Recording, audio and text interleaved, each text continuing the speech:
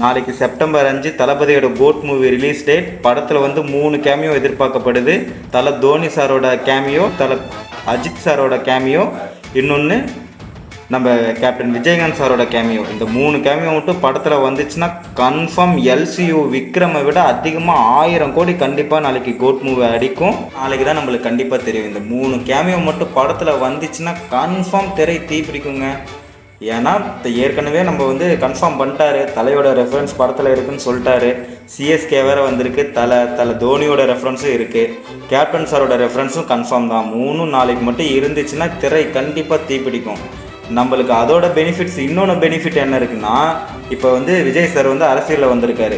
தலை சாரோட கேமியோவும் படத்தில் இருந்துச்சு. தளபதியோட ரசிகர்களும் தலையோட ரசிகர்களும் ஏற்கனவே ஒன்று தான். இதில் மறுபடியும் இன்னும் ஒன்று சேர்ந்து தலை ரசிகர்களும் சப்போர்ட் வந்து தளபதிக்கு தாங்கிற மாதிரி கன்ஃபார்ம் ஆகிடும் இந்த படத்துலேயே. படத்தில் மட்டும் இல்லை, நிஜத்துலேயும் நாங்கள் 2 பேரும் ஒன்று தான் சொல்லிட்டு தளபதி 2 பேருமே சேர்ந்துருவாங்க. அதோட தளபதியோட ஓட்டும் தளபதி 2 ரசிகர்களோட ஓட்டும் தளபதிக்கே கண்டிப்பாக கிடைக்கும்.